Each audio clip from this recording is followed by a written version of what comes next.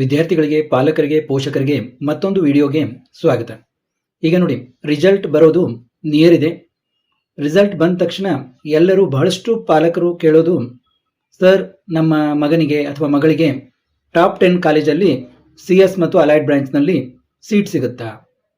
ಈಗ ನಾನು ಒಂದು ವೇಳೆ ಟಾಪ್ 10 ಸಿಗೋದಿಲ್ಲ ಅಂತಂದರೆ ಟಾಪ್ 15 ಸಿಗುತ್ತಾ, ಟಾಪ್ 20 ಸಿಗುತ್ತಾ?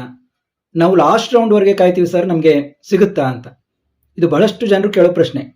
ಈಗ ಟಾಪ್ 10 ಕಾಲೇಜಲ್ಲಿ ಅಡ್ಮಿಷನ್ ಆಗೋದು ಅಂದರೆ ಅದರಲ್ಲಿ ಏನಾದರೂ ಮೀನಿಂಗ್ ಇದೆ ಅಂದರೆ ಖಂಡಿತ ಇದೆ. ಏಕೆಂದರೆ ಟಾಪ್ ಕಾಲೇಜಲ್ಲಿ ಎಲ್ಲ ಒಂದು ಜಾಣ ವಿದ್ಯಾರ್ಥಿಗಳು ಅಲ್ಲಿ ಅಡ್ಮಿಷನ್ ಆಗೋದ್ರಿಂದ ಅಲ್ಲಿ ಅವರು ಉತ್ತಮವಾಗಿ ಕಲಿಸ್ಲಿಲ್ಲ ಅಂದರೂ ಅಲ್ಲೊಂದು ಅಟ್ಮಾಸ್ಫಿಯರ್ ಆ ರೀತಿ ಇರುತ್ತೆ. ಎಲ್ಲ ಸ್ವಲ್ಪ ಹಾರ್ಡ್ ವರ್ಕಿಂಗ್ ಮಾಡುವಂಥ ವಿದ್ಯಾರ್ಥಿಗಳಿರ್ತಾರೆ. ನಾವು ಹೇಗೆ ಸಜ್ಜನರ ಸಂಘ ಹೆಜ್ಜೆಯನ್ನು ಸವಿದಂತೆ ಏನಂತೀವಿಲ್ಲ, ಸಂಗತಿ ಸವಾಸ ದೋಷ ಅಂತ. ಯಾವಾಗ ನೀವು ಒಂದು ಒಳ್ಳೆ ಅಟ್ಮಾಸ್ಫಿಯರ್ ಇರುವಲ್ಲಿ ಒಂದು ಅಡ್ಮಿಷನ್ ತೆಗೆದುಕೊಂಡ್ರೆ ಸಾಕಷ್ಟು ನಿಮಗೆ ಅದರಿಂದ ಹೆಲ್ಪ್ ಆಗುತ್ತೆ. ಆದ ಕಾರಣ ಟಾಪ್ ಕಾಲೇಜು, ಒಂದು ಸ್ಟ್ಯಾಂಡರ್ಡ್ ಕಾಲೇಜು ಖಂಡಿತ ಡಿಫ್ರೆನ್ಸ್ ಅನ್ನು ಮಾಡುತ್ತೆ. ಈ ಒಂದು ಟಾಪ್ ಕಾಲೇಜಲ್ಲಿ ಯಾರಿಗೆ ಸೀಟ್ ಸಿಗುತ್ತೆ ಅನ್ನೋದನ್ನ ಈ ವಿಡಿಯೋದಲ್ಲಿ ನಾನು ಒಂದು ಕ್ಲಾರಿಟಿಯನ್ನು ನಿಮಗೆ ಕೊಡ್ತಾ ಇದ್ದೀನಿ. ಯಾಕಂದ್ರೆ ಬಹಳಷ್ಟು ಜನರ ಪ್ರಶ್ನೆ ಇದು. ಜನರಲ್ ಮೆರಿಟು ಮತ್ತು ಅದರ್ಸು ಏನು, ಈ 2A 2B 3A 3B 1G ಏನೇನು ಎಲ್ಲ ಕ್ಯಾಟಗರಿ, SC ST ಮಾತ್ರ ಬಿಟ್ಬಿಡಿ. SC ST ಸ್ವಲ್ಪ ಅವ್ರದ್ದು ರ್ಯಾಂಕು ಬೇರೆ ಹೋಗುತ್ತೆ. ಉಳಿದ ಎಲ್ಲರೂ ಕೂಡ ಅಂಡರ್ಸ್ಟ್ಯಾಂಡ್ ಮಾಡ್ಕೊಳ್ಳುವಂಥ ಒಂದು ಅತ್ಯಂತ ತಿಳಿದುಕೊಳ್ಳಬೇಕಂತ ವಿಡಿಯೋ ಇದು. ನಿಮಗೆ ಟಾಪ್ 10 ಟಾಪ್ 20 ಕಾಲೇಜ್ ಸೀಟ್ ಸಿಗುತ್ತೆ ಇಲ್ವಾ ಅಂತ ಯಾವ ರೀತಿ ತಿಳ್ಕೋಬೇಕು ಅನ್ನೋದನ್ನ ಒಂದು ಅಪ್ರಾಕ್ಸಿಮೇಟ್ ಆಗಿ ಬಹಳಷ್ಟು ಕರೆಕ್ಟ್ ಆಗಿ ನಾನು ನಿಮ್ಗೆ ಹೇಳ್ತೀನಿ. ಯಾಕಂದ್ರೆ ನಾನು ಸಾಕಷ್ಟು ಒಂದು ವಿದ್ಯಾರ್ಥಿಗಳ ಆಪ್ಷನ್ ಎಂಟ್ರಿ ಲಿಸ್ಟ್ ಅನ್ನು ರೆಡಿ ಮಾಡಿಕೊಡೋದ್ರಿಂದ, ಸಾಕಷ್ಟು ಅದರ ಮೇಲೆ ನಾವು ವರ್ಕ್ ಮಾಡೋದ್ರಿಂದ ನಮಗೆ ಅದು ಒಂದು ಏನು ಇದ್ರೆ ಸಿಗುತ್ತೆ ಅನ್ನೋದು ಕ್ಲಿಯರ್ ಆಗಿ ಗೊತ್ತಾಗುತ್ತೆ.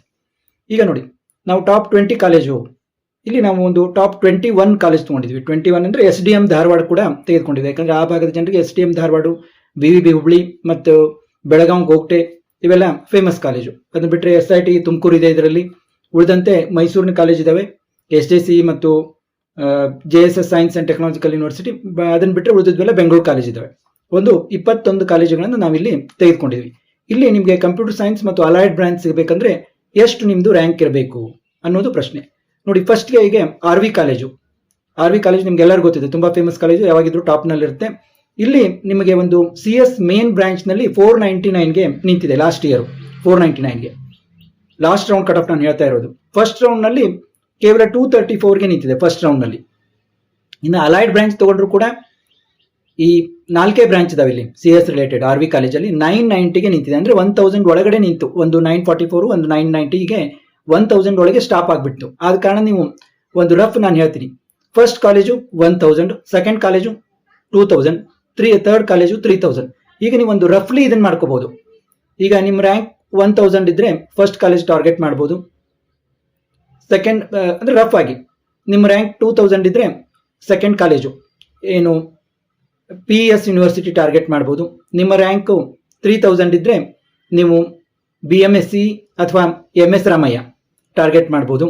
ನಿಮ್ಮ ರ್ಯಾಂಕು ಈಗ ಒಂದು 4000 5000 ಇದ್ರೆ SJCE UVCE ಅಥವಾ ನಿಮ್ಮ ಒಂದು ದಯಾನಂದ್ ಸಾಗರ್ ಯೂನಿವರ್ಸಿಟಿ ಇವುಗಳನ್ನ ಟಾರ್ಗೆಟ್ ಮಾಡ್ಬೋದು. ಒಂದು 5000 6000 ರ್ಯಾಂಕ್ ಇದ್ದವರು, 7000 ಅದು ಇದ್ದವರು BIT. ಹೀಗೆ ನಿಮ್ಗೆ ಏನು ಒಂದು 21 ಕಾಲೇಜ್ ನಾನು ಲಿಸ್ಟ್ ತೋರಿಸ್ತಾ ಇದ್ದೀನಿ, ಇವನ್ನ ನೀವು ಟಾರ್ಗೆಟ್ ಮಾಡ್ತಾ ಹೋಗ್ಬೋದು. ಒಂದೊಂದು ಕಾಲೇಜಿಗೆ 1000 ಅಂತ ಇಟ್ಕೊಳ್ಳಿ ರಫ್ ಆಗಿ. ನಿಮಗೆ ಈಗ ಒಂದು 15th ಕಾಲೇಜ್ಗೆ ಒಂದು ರಫ್ ಆಗಿ 15,000 ಒಳಗಡೆ ಇದ್ರೆ ನಿಮಗೆ 15th ಕಾಲೇಜ್ ಸಿಗುತ್ತೆ.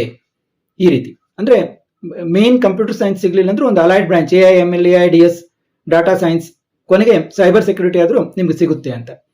ಇದು ಅತ್ಯಂತ ಒಂದು ಕರಾರುವಕ್ಕಾಗಿ ಇದೇ ರೀತಿ ಆಗುತ್ತೆ. ಅದು ನೀವು ಲಾಸ್ಟ್ ರೌಂಡ್ ವರೆಗೆ ಕಾಯ್ದ್ರೆ, ನೀವು ಫಸ್ಟ್ ರೌಂಡ್ ನಲ್ಲೇ ನಾನು ಬೇಕು ಅಂತಂದ್ರೆ ಆಲ್ಮೋಸ್ಟ್ ಹಾಫ್ ರ್ಯಾಂಕ್ ಬರುತ್ತೆ ಇಲ್ಲಿ ಫಸ್ಟ್ ರೌಂಡ್.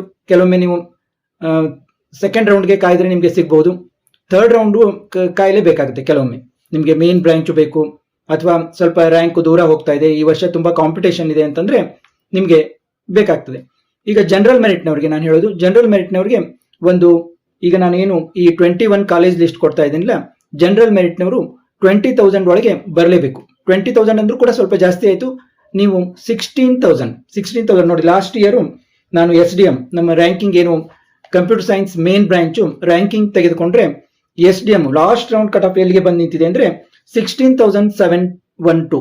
ನಿಮಗೆ ಒಂದು ಮೀನಿಂಗ್ ಬರುತ್ತೆ. ಫಸ್ಟ್ ರೌಂಡ್ ಕಟ್ ಆಫ್ ಎಷ್ಟಿದೆ ನೋಡಿ, ಅದರದ್ದು ಕೂಡ 13,118 ನೋಡಿ, 13,118 first round cut of SDM ಕಾಲೇಜ್ದು. ಈ ನಮ್ಮ ಲಿಸ್ಟ್ ನಲ್ಲಿ 21ಗೆ ಬಂದಿದೆ ಅದು.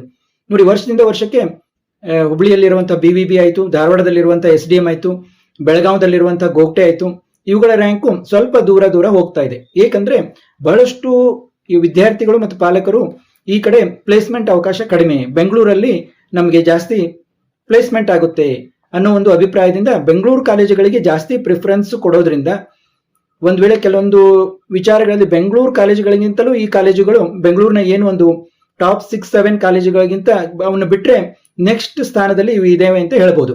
ಮತ್ತು ಇನ್ನೂ ಒಂದು ಏನಂದ್ರೆ, ಈಗ RV ಕಾಲೇಜ್ ಇದೆ, ಅವರು RV ITM, RV ಯೂನಿವರ್ಸಿಟಿ ಅಂತ ಒಂದು ಏನು RVC ಫೇಮ್ ಮೇಲೆ ಅವೆಲ್ಲ ಸ್ವಲ್ಪ ಮೇಲೆ ಮೇಲೆ ಹೋಗ್ತಾ ಇದ್ದಾವೆ. ಈ ರೀತಿಯಿಂದಾಗಿ ಸ್ವಲ್ಪ ರ್ಯಾಂಕಿಂಗ್ನಲ್ಲಿ ಇವು ಕೆಳಗಡೆ ಬರ್ತಾ ಇದ್ದಾವೆ. ಅದನ್ನ ಬಿಟ್ಟರೆ ಈ ಎಲ್ಲ ಏನು ಒಂದು ಈ 21 ಕಾಲೇಜುಗಳಿಗೆ ತುಂಬಾ ಕಾಂಪಿಟೇಷನ್ ಇದೆ. ಈಗ ನಿಮಗೆ ಫಸ್ಟ್ ರೌಂಡ್ನಲ್ಲೇ ಇವು ಸಿಗಬೇಕು ಅಂತಂದ್ರೆ ಆಲ್ಮೋಸ್ಟ್ ನಿಮಗೆ ಒಂದು ಜನರಲ್ ಮೆರಿಟ್ ಇದ್ರೆ 15,000 ಒಳಗಡೆ ನಿಮಗೆ ರ್ಯಾಂಕ್ ಅಂತ ಇದ್ದೇ ಇರಬೇಕು. ಇನ್ನು ಬೇರೆಯವರಿಗೆ ಈಗ 2A 2B 3B ಇವರು ಎಲ್ಲಿಯವರೆಗೆ ಇದನ್ನ ಮಾಡ್ಬೋದು? ಈ ಒಂದು 21 ಕಾಲೇಜುಗಳಲ್ಲಿ ನಿಮಗೆ ಒಂದು ಸೀಟ್ ಸಿಗಬೇಕಂದ್ರೆ ನೀವು ಎಷ್ಟು ಎಕ್ಸ್ಪೆಕ್ಟ್ ಮಾಡ್ಬೋದು ನೋಡಿ, ನೀವು 30,000 ವರೆಗೆ ಎಕ್ಸ್ಪೆಕ್ಟ್ ಮಾಡ್ಬೋದು.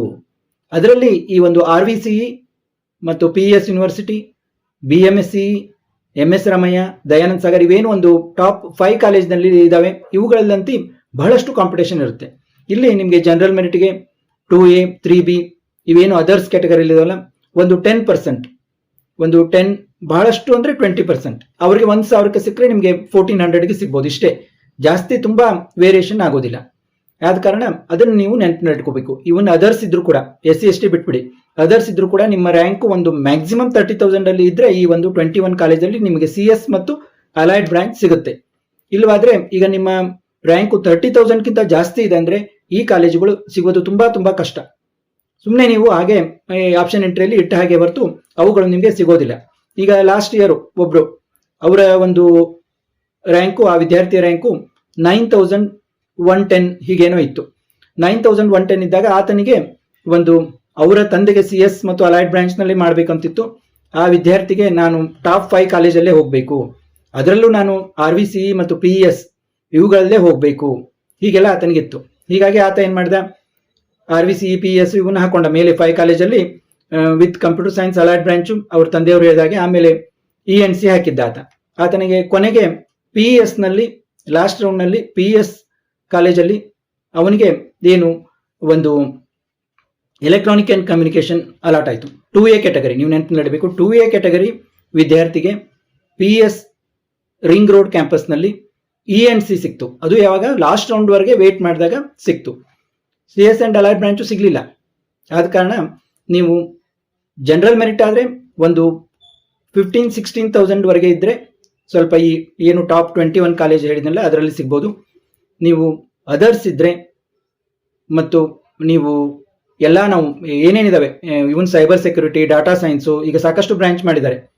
ಅವುಗಳಿಗೆ ಏನು ಹೇಗೆ ಯಾವುದು ಒಂದು ಡಮ್ಮಿ ಬ್ರಾಂಚು ಯಾವುದು ಇದು ಅನ್ನೋದನ್ನು ಒಂದು ನಾನು ನೆಕ್ಸ್ಟ್ ವಿಡಿಯೋದಲ್ಲಿ ಹೇಳ್ತೀನಿ. ಸುಮ್ಮನೆ ಅರ್ಥವಿಲ್ಲದಂಗೆ ಸಾಕಷ್ಟು ಎಲ್ಲ ವಿದ್ಯಾರ್ಥಿಗಳು CS AI ಅಂತ ಸಾಕಷ್ಟು ಬ್ರಾಂಚ್ಗಳನ್ನು ಮಾಡಿದ್ದಾರೆ.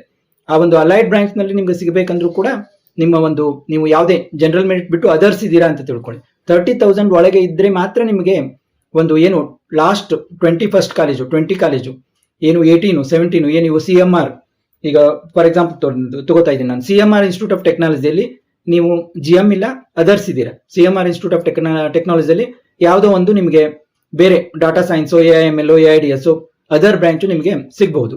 30,000 ವರೆಗೆ ಅಲ್ಲಿ ಹೋಗ್ಬೋದು ನಿಮ್ಗೆ ಈ ರೀತಿ. ಮತ್ತೆ ಟಾಪ್ 10 ಅಲ್ಲಿ ಅಂತ ಸಿಗೋ ಅವಕಾಶ ಇರೋದಿಲ್ಲ 30,000 ಹೋದಾಗ, ನೀವು ಅದರ್ಸ್ ಇದ್ರು ಕೂಡ. ಇಲ್ಲಿ ನಾನು SC ST ಬಿಟ್ಟು ಮಾತಾಡ್ತಾ ಇದ್ದೀನಿ.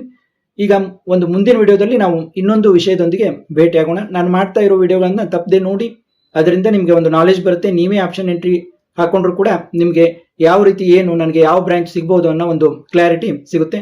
ಮತ್ತೆ ಮುಂದಿನ ವಿಡಿಯೋದಲ್ಲಿ ಭೇಟಿಯಾಗೋಣ.